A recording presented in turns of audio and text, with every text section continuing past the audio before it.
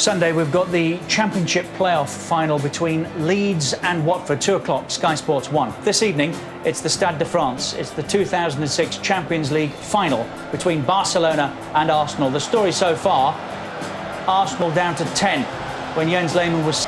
And did he enjoy that? The skipper. What a measured ball it was too. And that's what he thought of it. Not too impressed. Jamie Redknapp, Paul Merson, Ruud Gullit, our guests here this evening. Arsenal on their way. Henrik Larsson has been warming up throughout the duration of half-time. Jamie, are they... Of the Premiership, or maybe the desire, but I thought that was harsh. I'm sorry. Clear, sending off maybe for Jens, but after the ref, I'm sorry. If they didn't want us to win it, just say it right from the start. Do you think it cost you the final? I don't think it cost us the final. You can't say that because we were 1-0 up, and you know, against a team like Barcelona, you know, holding like we did for a very long time, it was more than difficult. But on the other side, I'm just saying that sometimes some calls in the game, I don't know, were a bit strange. Next time I'm going to learn how to dive, maybe, to stay, and they try to kick me in my knee, kick my ankle from behind. But I'm not a woman, so I always stay on my feet. But I always expect the ref to do his job, but I don't think he did. You held out for so long, even though they had so much possession. Were you starting to believe we could do it? We could do it with 10? Yeah, of course, but I think at the end of the day, they can be happy. I see them celebrating, but, you know, we played that time the whole game. And I think, you know, conceding 2 goals at the end of the game like that, all the time you talk about Ronaldinho and everything, but I didn't see him today. And I saw Henrik Larsson. 2 times he came on. That was the key of the game. So sometimes, I think all the time you talk about Ronaldinho, Eto'o and people like that. Talk about the proper people sometimes makes the difference. And that was Henrik Larsson tonight on 2 assists. Because I didn't see no Ronaldinho and I didn't see no Eto'o. And I would have liked to see a proper ref also. Thierry, I must ask you before you go, defeat is hard to take. Will this affect your decision to stay or go? No, I said I didn't think about it. I'm going to start to think about it obviously tonight.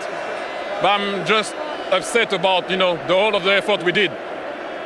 I can't complain on the sending off of Jens, but I'm sorry, if you look at the game again, so many times Puyol should have got a yellow card, so many times Marquez came right from behind to play my uncle, didn't get a yellow card, and I'm sure, you know, to defend against me with a yellow card on, it's not the same game anymore.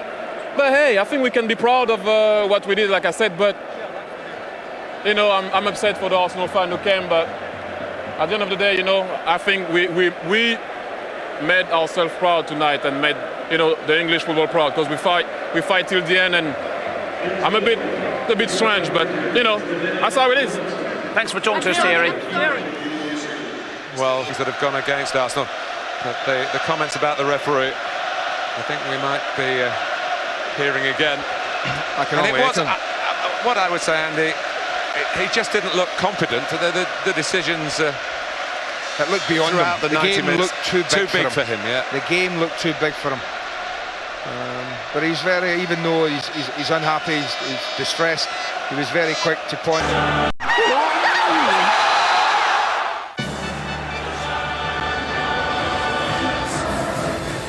It's a Barca win in the Stade de France. All the reaction coming up. Tomorrow, we have the League 2 playoff semi-final second leg between Cheltenham and Wycombe. 7:30, Sky Sports 1. Cheltenham 2-1 up, of course.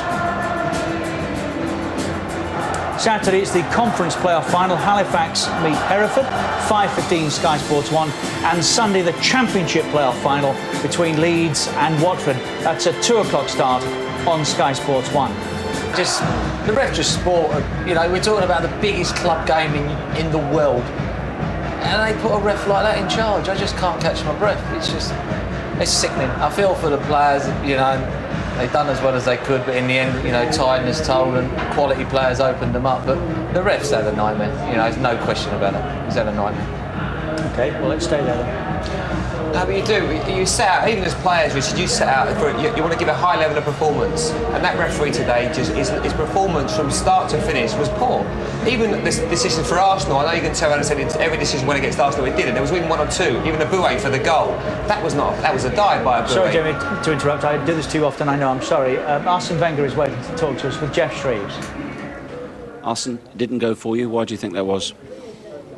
Well, I felt we played a great game tonight, and we gave absolutely everything, and we had a few chances to score the second goal.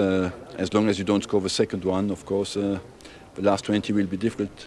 And I believe that the referee made as well a big mistake at a crucial moment in the game, because it was 15 minutes to go. I felt that the first goal was offside from Barcelona. How much do you think the referee influenced the outcome of the game? A lot, but you know what, in the final people keep only the one who has won the final, and we have lost it tonight. It's very difficult to take, because this team has been absolutely fantastic today, and like the whole European season.